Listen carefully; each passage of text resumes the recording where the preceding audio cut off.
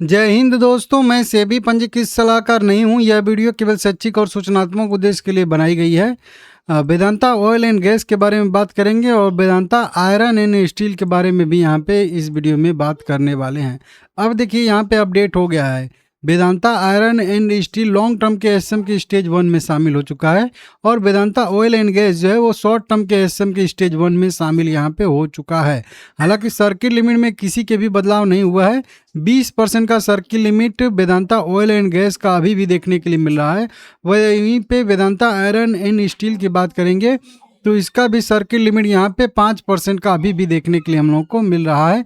20% से 10% हुआ और 10% से यहाँ पे नहीं 10% इसका लिस्टिंग हुआ था और फिर उसके बाद एसएम की लिस्ट में जाने के बाद 5% का इसमें सर्किट लिमिट हम लोगों को देखने के लिए यहाँ पे मिल गया है। दोनों में बोलूँ बहुत ज़्यादा ट्रेड होता है। 28.5 करोड़ इक्विटी शेयर 1200 करोड़ रुपए के ट्रेड हुए थे 32-33% के डिलीवरी परसेंटेज के साथ वेदांता आयरन एंड स्टील में। और वेदांता ऑयल एंड गैस में भी देखेंगे तो 27.5 करोड़ इक्विटी शेयर 1200 करोड़ रुपए के ट्रेड हुए थे 34% के डिलीवरी परसेंटेज के साथ में। अब दोनों को जब एसएम की लिस्ट में डाला गया है तो कल थोड़ा सा दबाव रह सकता है।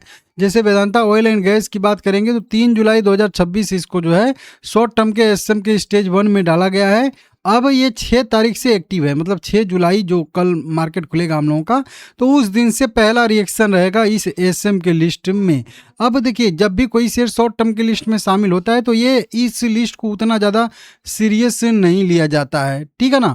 तो हो सकता है कि कल वेदांता ऑयल एंड गैस में गिरावट न भी दिखे, लेकिन हो सकता है कि गिरावट दिखे भी, रिएक्शन आए भी। तो हम लोगों को एक लेबल नोट करके रखना है कि वेदांता ऑयल एंड गैस में 7.5% नीचे एक 39 रुपये 50 पैसे का लेबल बन रहा है।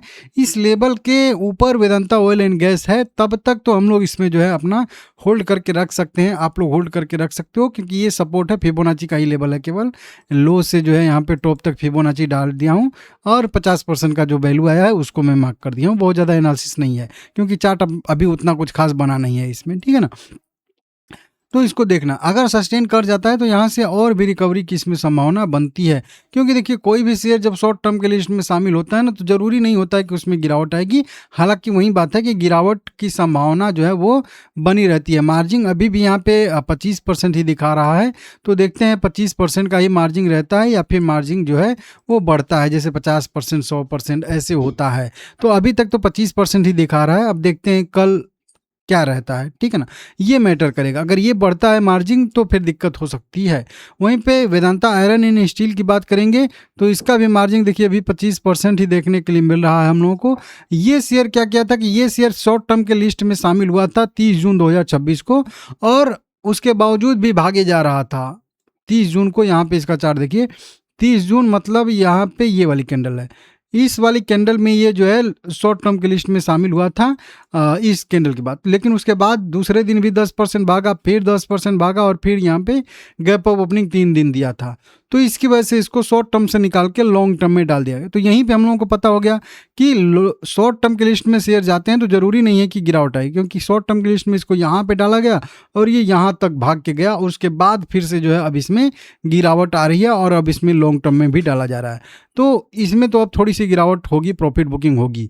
3 जुलाई को देखिए शॉर्ट टर्म की लिस्ट से इसको निकाल के और 3 जुलाई से ही इसको लॉन्ग टर्म की लिस्ट में यहाँ पे डाल दिया गया है। अब ये लॉन्ग टर्म के लिस्ट में चला गया है तो ये अब आएगा लगभग 2-3 महीने के बाद। लेकिन वेदांता ऑयल एंड गैस जो है वो बहुत जल्द बाहर आ भी सकता है अगर सही रहता है। तो सही रहने का मतलब है कि बहुत ज़्यादा वॉल्यूम, बहुत ज़्यादा प्राइस मोमेंटम ना आए, तो मतलब यहीं पे स्टेबल अगर रहे तो इसको आप लोग देख लीजिएगा, ठीक है ना। और ठीक है, कल थोड़ा सा तैयार रहिएगा। अगर किसी का व्यू स्विंग ट्रेडिंग के लिए 1-आध हफ्ते वाला था, 2-4 दिन वाला था, तो फिर मैं बोलूँगा कि वेदांता ऑयल एंड गैस में भी आप जो है एक बार के लिए थोड़ा बहुत प्रॉफिट बुकिंग के बारे में समझ सकते हो। लेकिन अगर आपका व्यू लंबे टाइम फ्रेम का है, शॉर्ट टर्म का है, लॉन्ग टर्म का है, तो फिर आप जो है उसको कोई दिक्कत नहीं रहेगा, क्योंकि ये शॉर्ट टर्म की लिस्ट है, 10-15 दिन का केवल खेल होता है, उसके बाद बाहर आ जाएगा, ठीक है ना।